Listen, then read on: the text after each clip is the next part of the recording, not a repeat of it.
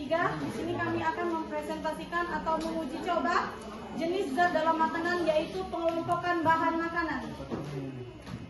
Tujuannya dapat mengelompokkan bahan makanan berdasarkan kandungan zat gizinya. Adapun alat dan bahan yang kami gunakan ada tempat plastik dan 20 macam bahan makanan. Setiap makhluk hidup membutuhkan makanan. Tanpa makanan, makhluk hidup akan sulit mengerjakan aktivitas sehari-harinya. Makanan dapat membantu kita mendapatkan energi, membantu pertumbuhan badan dan otak. Memakan makanan yang bergizi akan membantu pertumbuhan kita, baik otak maupun badan. Setiap makanan mempunyai kandungan gizi yang berbeda. Ada protein, ada karbohidrat, lemak, vitamin, mineral, dan air. Adalah salah satu contoh gizi yang akan kita dapatkan dari makanan. Bahan makanan dikelompokkan menjadi bahan makanan pokok, bahan makanan lauk pauk, bahan makanan sayur, dan bahan makanan buah.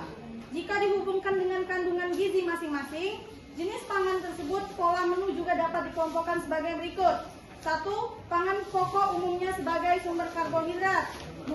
Lauk pauk sebagai sumber protein hewani dan nabati. 3. Sayuran dan buah sebagai sumber vitamin dan mineral. Adapun cara kerjanya, yang pertama, mengumpulkan bahan makanan sebanyak 20 macam. Ini sudah ada 20 macam bahan makanan. 2. Mengelompokkan masing-masing bahan makanan tersebut ke dalam kelompok karbohidrat, protein, lemak, dan vitamin.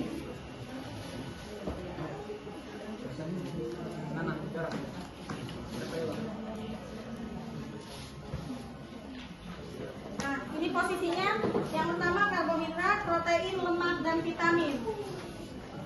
Yang ketiga, mencatat semua data masing-masing kelompok tersebut ke dalam kolom yang sudah disediakan pada lembar kerja. Ini ada di bagian tabel. 4. Menyimpulkan apa yang dapat diambil dari percobaan ini. Oke. Hasil pengamatan, pengelompokan bahan makanan berdasarkan zat gizi. Yang pertama ada beras, ada telur, ada susu saset, ada daging, tahu, jeruk, tepung, mentega, keju, kacang tanah, santan kelapa, pisang, ubi, singkong, kacang hijau, tempe, minyak, kentang, jagung, dan wortel. Adapun yang termasuk karbo, protein, dan lemak itu sudah ditulis. Bisa teman-teman lihat semuanya? Ya. Bisa. Selanjutnya ada pertanyaan-pertanyaan. Zat makanan atau zat gizi apakah yang sangat diperlukan oleh balita? Zat makanan yang dibutuhkan oleh balita adalah vitamin, protein, dan karbohidrat. Yang kedua, zat makanan apakah yang terutama diperlukan untuk orang yang bekerja? Zat makanan yang dibutuhkan oleh pekerja adalah karbohidrat. Ini ada banyak. Singkong, jagung, karbohidrat, ada singkong, jagung, tepung, beras, dan ubi.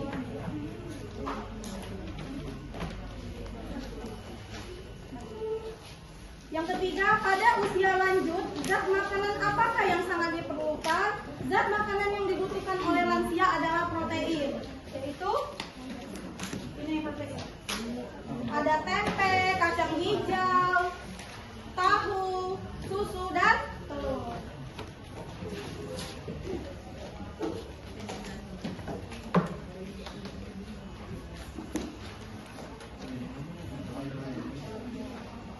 Ya, pembahasannya, dari percobaan yang telah dilakukan, didapatkan hasil bahwa ada 20 bahan makanan yang dijadikan sampel atau contoh yang mengandung karbohidrat, protein, lemak, dan vitamin. Karbohidrat disebut juga hidrat tanam atau zat tepung, merupakan sumber tenaga yang kita dapatkan sehari-hari. Contoh makanan yang mengandung karbohidrat adalah beras, tepung, kentang, ubi, singkong, dan jagung. Protein digunakan oleh tubuh untuk membantu pertumbuhan kita, baik otak maupun tubuh kita. Protein terlibat dalam sistem kekebalan atau imun. sebagai antibodi, sistem kendali dalam bentuk hormon sebagai komponen penyimpanan, dan juga dalam transportasi zat hara. Sebagai salah satu sumber gizi, protein berperan sebagai sumber asam amino bagi organisme yang tidak mampu membentuk asam amino tersebut. Contoh makanannya yaitu ada telur, susu, tahu, kacang hijau, dan tempe. Sedangkan lemak digunakan oleh tubuh kita sebagai cadangan makanan dan sebagai cadangan energi. Lemak akan digunakan saat tubuh kekurangan karbohidrat, dan lemak akan memecah menjadi glukosa yang sangat berguna bagi tubuh kita saat kita membutuhkan energi. Contohnya adalah daging, mentega, keju, kacang tanah, minyak sel, dan santan kelapa. Itu ada lemak. Selanjutnya ada vitamin. Vitamin juga sangat penting sebagai zat untuk mempercepat proses penyembuhan penyakit, meningkatkan serta menjaga kebugaran tubuh dan memperlambat proses penuaan. Contoh makanan yang mengandung vitamin adalah pisang, jeruk, dan wortel. Kesimpulan, jadi percobaan pengelompokan bahan makanan berdasarkan kandungan zat gizinya dapat disimpulkan bahwa ada 20 bahan makanan yang disajikan yang mengandung karbohidrat, protein, lemak, dan vitamin. Yang mengandung karbohidrat yaitu tadi beras, ubi, jagung, singkong, kentang, dan jagung. Yang mengandung protein ada telur, susu saset, tahu, kacang hijau, dan tempe. Yang mengandung lemak, daging, mentega, keju, kacang tanah, dan minyak dan santan kelapa. Yang mengandung vitamin ada pisang, jeruk, dan wortel.